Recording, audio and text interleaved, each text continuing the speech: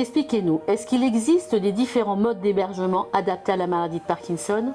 Votre proche est atteint de Parkinson et sa maladie en est à un stade de son évolution qui demande une assistante et des soins constants.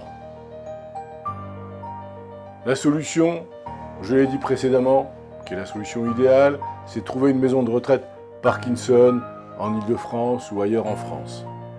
Les maisons de retraite ou EHPAD Parkinson existent, elles sont nombreuses.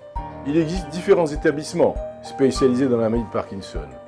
En effet, même si elles prennent toutes en charge les personnes âgées atteintes de l'affection, certaines maisons de retraite Parkinson sont complètement médicalisées.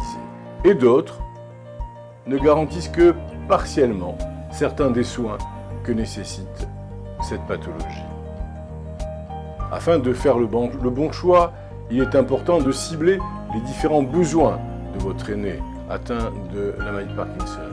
En effet, selon le stade d'évolution de sa maladie, un malade atteint de Parkinson n'aura pas les mêmes impératifs, ne nécessitera pas les mêmes soins et ne pourra pas participer aux mêmes activités. Selon ses besoins et ses handicaps, vous sélectionnerez une maison de retraite Parkinson en France, offrant des soins de kinésithérapie sur place, un neurologue, des infrastructures spécialisées. Et est-ce qu'il existe une possibilité de séjour temporaire en maison de retraite? Je voudrais également aborder avec vous les possibilités de séjour temporaire en maison de retraite au début de la maladie de Parkinson. Il faut que vous sachiez qu'il existe des maisons de retraite spécialisées dans la maladie de Parkinson qui accueillent les personnes âgées, malades, atteintes de cette affection, pour des courts séjours, pour de courtes durées.